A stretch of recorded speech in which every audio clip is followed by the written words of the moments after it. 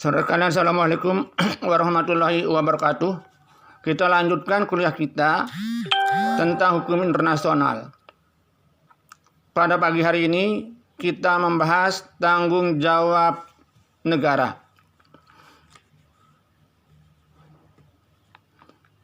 Dalam hubungan internasional, setiap pelanggaran kepentingan salah satu subjek hukum terhadap yang lainnya menimbulkan tanggung jawab dalam berbagai bentuk. Umumnya, tanggung jawab internasional dianggap terkait dengan negara sebagai subjek hukum. Tanggung jawab dalam lingkup ini melekat pada setiap negara sebagai pribadi internasional personality. Tanggung jawab negara-negara mengenai kewajiban internasional karena itu merupakan tanggung jawab hukum. Pada masa sekarang, lazim diterima oleh para ahli bahwa tanggung jawab negara merupakan prinsip internasional atau asas-asas umum hukum internasional. Untuk adanya tanggung jawab negara harus dipenuhi syarat-syarat berikut. 1. Ada kewajiban internasional yang berlaku di antara dua negara tertentu. 2. Ada suatu perbuatan atau kelalaian yang melanggar kewajiban hukum internasional tersebut yang melahirkan tanggung jawab negara. Dan 3. Ada kerugian atau kerusakan sebagai akibat dari tindakan melawan hukum atau kelalaian itu. Oppenheim Lauterpacht membagi tanggung jawab negara atas 1. Original responsibility, 2. Vicarious responsibility. Original responsibility adalah tanggung jawab suatu negara sebagai akibat dari tindakan-tindakan pemerintah atau badan-badan yang lebih rendah atau orang perorangan yang bertindak atas perintah atau dengan wewenang pemerintahnya.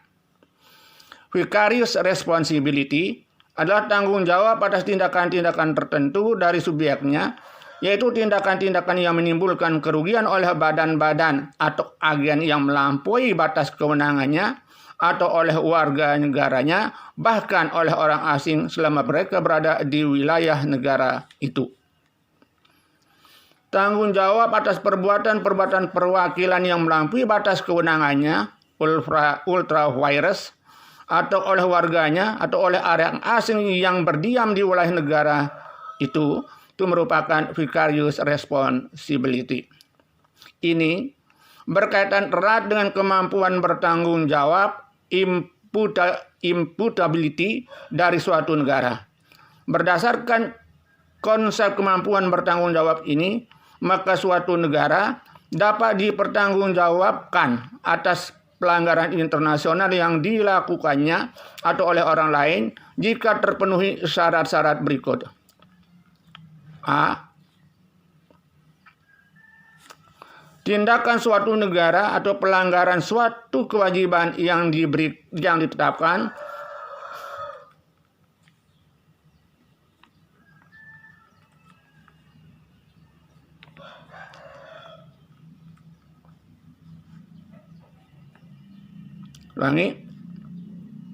A. Tindakan suatu negara atau pelanggaran suatu kewajiban yang ditetapkan dalam suatu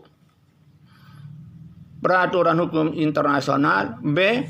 Bahwa menurut hukum internasional, pelanggaran itu dapat dikaitkan dengan negara bersangkutan, terlepas dari kerugian yang senyatanya. Tindakan pemerintah untuk memerintahkan pembunuhan massal massacre terhadap orang asing yang bertempat tinggal di wilayahnya misalnya merupakan tanggung jawab negara yang memiliki sifat pidana. Begitu pula tindakan melakukan persiapan perang secara agresif sebagai suatu alat kebijakan nasional harus diperlakukan sama dengan perintah pembunuhan itu. 2. Dari sudut pelaku pelanggaran, ditinjau dari pelaku pelanggarannya, maka tanggung jawab negara dapat dibedakan atas tanggung jawab atas perbuatan organ-organ negara dan tanggung jawab negara atas tindakan orang perorangan, serta tanggung jawab atas tindakan-tindakan pemberontak, pengacau, dan tindakan-tindakan lainnya. A. tanggung jawab atas perbuatan organ-organ negara. Negara bertanggung jawab atas tindakan-tindakan yang menimbulkan kerugian internasional oleh organ-organnya. Dalam kaitan ini, Brownlee mengatakan, I believe that is undoubtedly a sound general principle that whenever misconduct on the part of person in state service, whatever may be their particular status or rank under domestic law, result in the failure a nation to perform its obligation under international, the nation must bear responsibility for the wrongful act of its servant. Unreasonable act of violence by police officer and failure to take the appropriate step to punish the culprit will also give rise of responsibility. Jadi, menurut asas umum pelanggaran pada pihak orang yang sedang menjalankan dinas negara yang timbul karena kelalaian melaksanakan kewajibannya, menimbulkan tanggung jawab atas tindakan melawan hukum dari pejabatnya itu. Demikian pula tindakan-tindakan kekerasan yang tak beralasan oleh para petugas kepolisian dan kegagalan untuk mengambil langkah yang tepat untuk menghukum yang bersalah juga menimbulkan tanggung jawab negara. Dengan demikian, maka kepala negara yang bertindak berdasarkan wewenangnya ataupun sebagai pribadi yang menimbulkan kerugian bagi subjek hukum atau negara lainnya menimbulkan tanggung jawab atas negaranya. Demikian pula tindakan perangkat-perangkat pemerintah atau wakil-wakil negara yang melampaui batas wewenangnya menimbulkan tanggung jawab bagi negara bersangkutan. Sebagai contoh dapat dikemukakan kerusakan Rainbow Warrior milik Greenpeace pada tahun 1985 oleh agen Departemen Pertahanan Prancis menimbulkan tanggung jawab bagi pemerintah Prancis. Contoh lainnya, putusan Mahkamah Internasional mengenai sengketa Amerika Serikat Nicaragua sekitar tahun 1980-an atas tindakan-tindakan bermusuhan yang dilakukan agen-agen Amerika Serikat terhadap Nicaragua menimbulkan tanggung jawab Amerika Serikat terhadap Nicaragua. Tanggung jawab negara oleh organ-organ negara ini juga diperluas pada tindakan-tindakan pemerintah negara yang dilindungi seperti negara mandat dan protektorat dan negara-negara bagian pada negara federal. Hal ini sesuai dengan pendapat Starke yang mengungkapkan A. Kelakuan negara komponen ditimpakan atau dikenakan pada negara federal dengan cara yang sama dengan negara-negara federalnya. B. Alasan negara federal dalam arti tertentu secara tak langsung bertanggung jawab terhadap kelakuan suatu negara komponen, maksudnya negara bagian. Mengenai agen-agen diplomatik sebagai konsekuensi dari hak-hak istimewa dan kekebalan diplomatik yang dimilikinya, maka tindakan-tindakannya yang bersifat melawan hukum, wrongful act, atau melanggar hukum internasional, violation of international law, atau melakukan tindakan-tindakan pidana, menimbulkan tanggung jawab bagi negaranya. Terhadap tindakan pidana yang dilakukan oleh agen diplomatik di negara penerima, menimbulkan tanggung jawab bagi negaranya untuk mengadili yang bersangkutan di negaranya atau negara asalnya. Tuh. Negara-negara juga bertanggung jawab atas tindakan-tindakan yang dilakukan dalam tugas-tugas resmi oleh pejabat-pejabat administratif dan angkatan bersenjata tanpa perintah atau wewenang, atau yang bukan merupakan pelanggaran-pelanggaran internasional karena bukan merupakan tindakan negara. Akan tetapi, negara memiliki vicarious responsibility yang lebih luas dan terbatas atas tindakan-tindakan pejabat administratifnya yang berada di bawah kontrolnya. Dan karena itu tindakan-tindakan pejabat dan angkatan bersenjatanya dalam melaksanakan tugas resminya prima facie merupakan tindakan negara.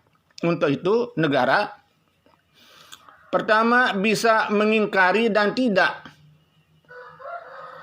menyetujui tindakan itu dengan menyatakan penyesalan atau meminta maaf atas tindakan yang telah dilakukan oleh agen-agennya kepada pemerintah negara yang dirugikan. Kedua, kerugian itu harus dibayar atau diganti bila perlu. Dan terakhir, pelakunya harus dihukum sesuai dengan kasus-kasus yang dilanggarnya. Mengenai tanggung jawab negara sebagai akibat dari tindakan tentaranya, Komisioner Nelson menyatakan,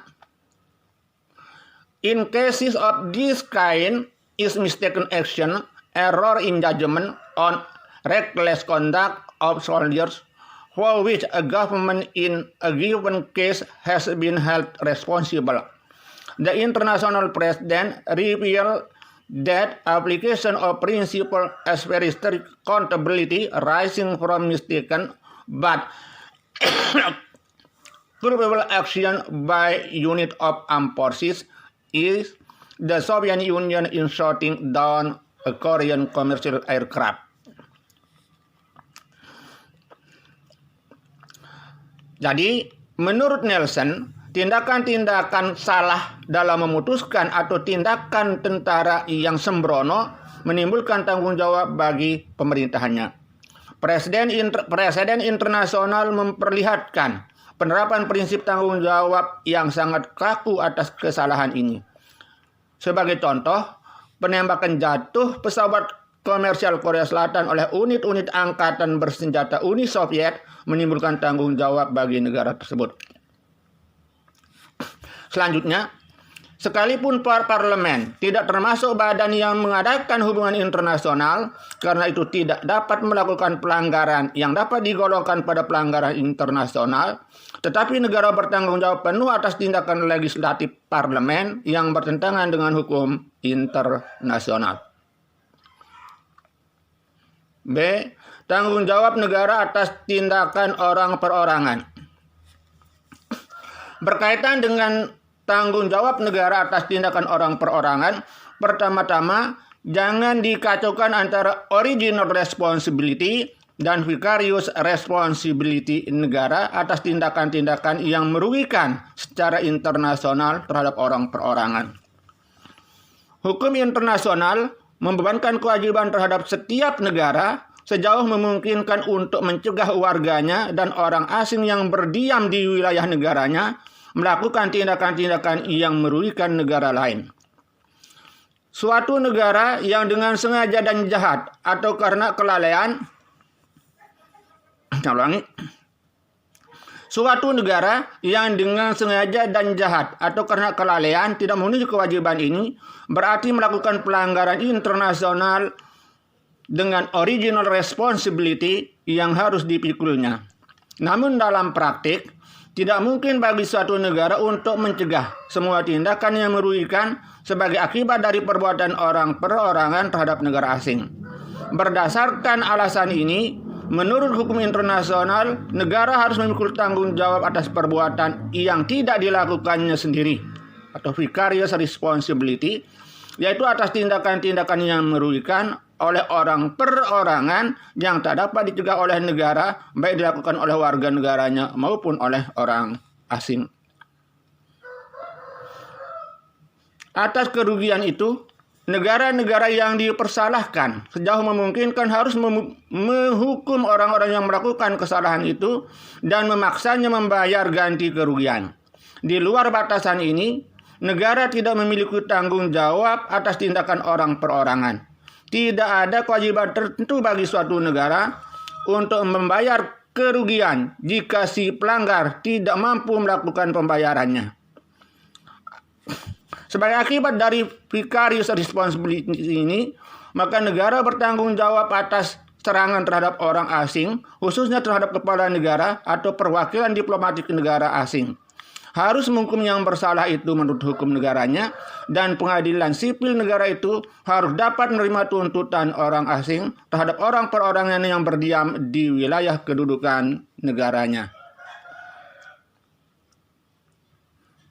C. Tanggung jawab atas tindakan pemberontak, pengacau, dan tindakan-tindakan lainnya.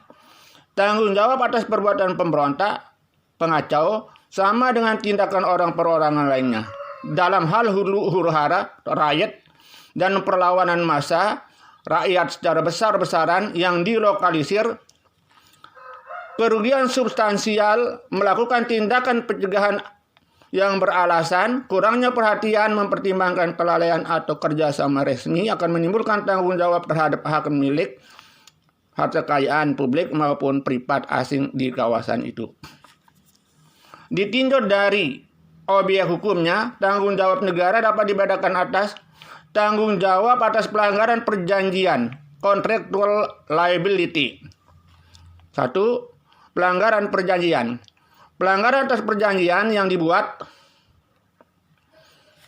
dengan negara lain yang menimbulkan kerugian yang mengakibatkan tanggung jawab bagi negara yang melakukan pelanggaran itu dalam bentuk keharusan membayar ganti rugi.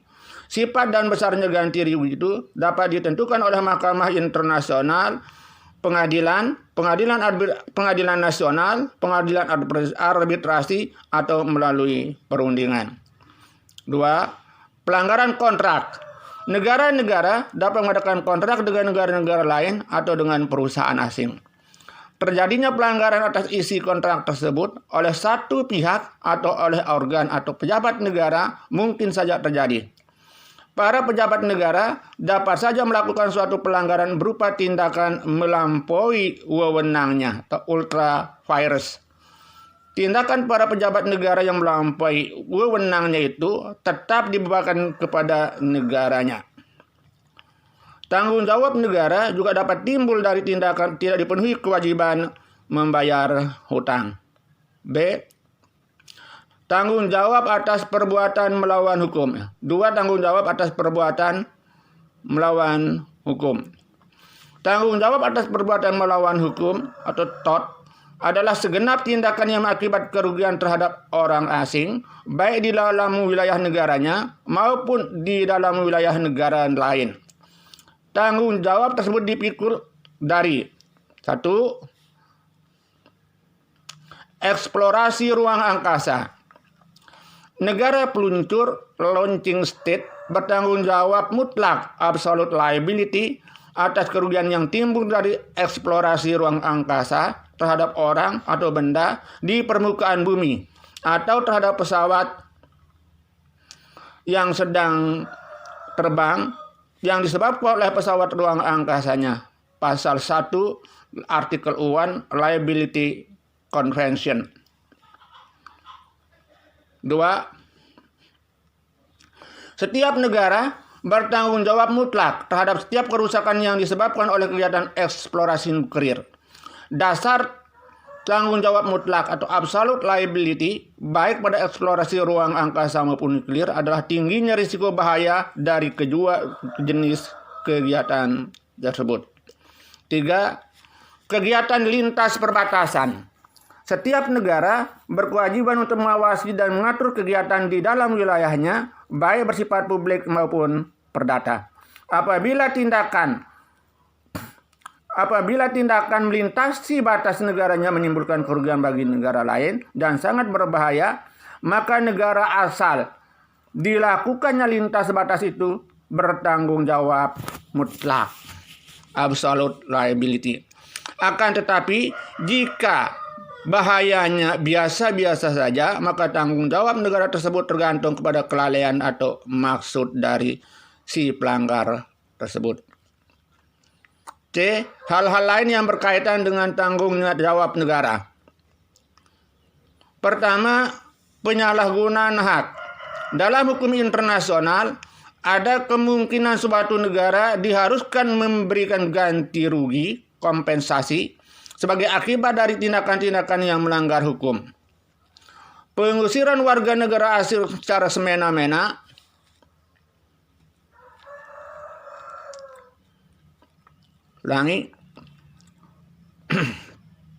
pengusiran warga negara asing secara semena-mena misalnya dapat dijadikan dasar bagi negara bersangkutan untuk meminta pertanggungjawaban atas tindakannya itu. Tindakan ini dalam hukum internasional disebut sebagai penyalahgunaan hak, abuse of right. Doktrin penyalahgunaan hak ini telah diperkenankan dalam berbagai sistem hukum nasional. Contohnya, Kode Sipil Meksiko pada tahun pasal 1912 menentukan bahwa jika kerugian timbul dari pelaksanaan hak oleh orang lain dan ternyata pelaksanaannya itu merugikan orang lain dan sebaliknya, mendatangkan keuntungan bagi yang bersangkutan. Tindakan inilah yang disebut penyalahgunaan hak. Berdasarkan doktrin ini, maka tak satu negara pun yang memiliki hak boleh menggunakan atau mengizinkan penggunaan wilayahnya untuk melakukan perbuatan yang menimbulkan kerugian di dalam wilayah negara lain. Misalnya, memberikan pangkalan militer bagi pemberontak negara tetangganya. 2. Kerugian dan ganti rugi. Menurut hukum internasional, suatu negara penuntut selalu berhak atas ganti kerugian apabila tuntutannya sudah dibenarkan, terlepas apakah kerugian itu berupa kerugian material atau tidak. Kerugian ini timbul dari adanya pelanggaran kewajiban internasional obligation oleh suatu negara. Pelanggaran kewajiban menunjuk kepada suatu tindakan tidak sah atau pelanggaran yang menimbulkan injury, kerugian dalam arti luas. Injury harus dibedakan dengan damage. Yang terakhir ini menunjuk kepada kerugian baik yang dapat dihitung atau ditaksir dengan uang maupun kerugian fisik atau akibat lain dari pelanggaran kewajiban. Sama dengan kerugian, ganti kerugian juga mempergunakan beberapa istilah. Tergantung pada luas dan sempitnya pengertian kerugian tersebut. Istilah-istilah yang digunakan menyebut ganti kerugian ialah reparation, perbaikan atau reparasi, restitution, atau dalam bahasa hukum Indonesia itu restitusi, itu pemulihan atau ganti kerugian berupa uang. Satisfaksi,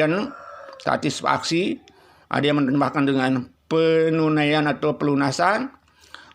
Berikutnya declaratory judgment, penetapan pengadilan, and compensation, kompensasi, ganti rugi berupa uang. Reparation atau reparasi dipergunakan untuk menunjuk semua tindakan yang dapat diharapkan oleh negara penuntut berupa ganti rugi uang atau pemulihan atau penyesalan, permohonan maaf, penghukuman atas orang per orang yang bertanggung jawab, mengambil langkah-langkah pencegahan, pengulangan pelanggaran kewajiban dan bentuk-bentuk lain dari pelunasan. Compensation atau kompensasi dipergunakan untuk menetapkan ganti kerugian atau reparasi dalam arti sempit berupa pembayaran sejumlah uang sebagai harga atau taksiran harga atas perbuatan salah tersebut. Berikutnya, declaratory judgment, penetapan pengadilan mengenai tindakan melawan hukum negara tergugat merupakan tindakan satisfaction.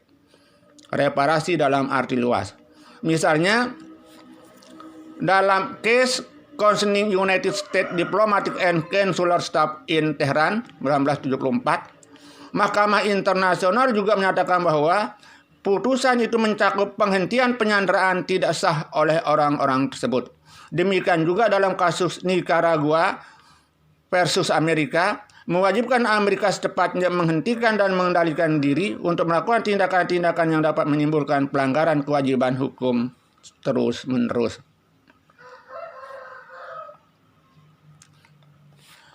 Satisfaction merupakan reparasi dalam arti luas. Satisfaction ini meliputi 3 hal yang acap bersifat kumulatif, yaitu A.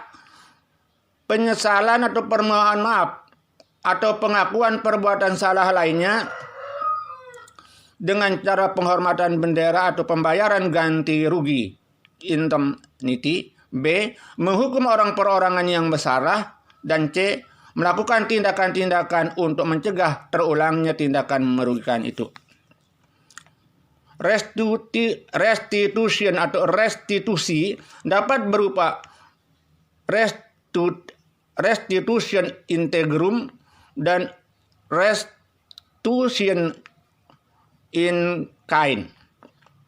Restitution integrum adalah pernyataan pengadilan berkaitan dengan reparasi berupa restitusi hukum, legal restitution, dalam bentuk pernyataan bahwa ada pelanggaran traktat atau tindakan eksekutif, legislatif, dan yudikatif adalah tidak sah.